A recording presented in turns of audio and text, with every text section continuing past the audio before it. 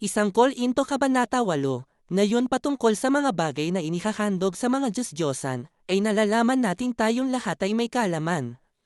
Ang kaalaman ay nagpapalalo, ngunit ang pansinta ay nagpapatibay. At kung iniisip ng sino mang tao na may nalalaman siyang anumang bagay, ay wala pa siyang nalalaman gaya ng nararapat niya malaman. Ngunit kung ang sino mang tao ay nagmamahal sa Diyos, ang gayon din ay nakikilala niya. Patungkol kung gayon sa pagkain ng mga bagay na iyon na inihahandog na kain sa mga Diyos-Diyosan, ay nalalaman nating ang isang Diyos-Diyosan ay walang anuman sa sanlibutan, at walang ibang Diyos kundi iisa lamang. Pagkat kahit na may tinatawag pa mga Diyos, maging sa langit o sa lupa, gaya na may mga Diyos na marami, at mga Palinoong marami.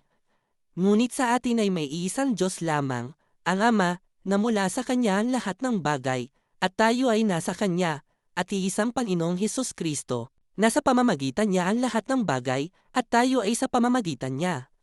Subalit wala sa bawat tao ang kalamang iyon, pagkat ang ilang may budi ng Diyos-Diyosan hanggang sa oras na ito ay kumakain ito gaya ng isang bagay na inihahandog sa isang Diyos-Diyosan, at ang budi nila samantalang mahina ay nadungisan. Ngunit ang pagkain ay hindi naglalapit sa atin sa Diyos, pagkat hindi, kung kumain man tayo, ay mas mabuti tayo, ni, kung hindi man tayo kumain, ay mas masama tayo.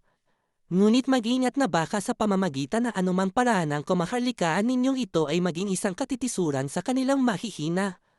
Pagkat kung ikaw na nagtataglay ng kaalaman ay makita ng sino mang tao na umupo sa kainan sa templo ng Diyos-Diyosan, hindi ba ang budi niya na siyang mahina ay mapapatapang upang kumain ng mga bagay na iyon na inihahandog sa mga Diyos-Diyosan?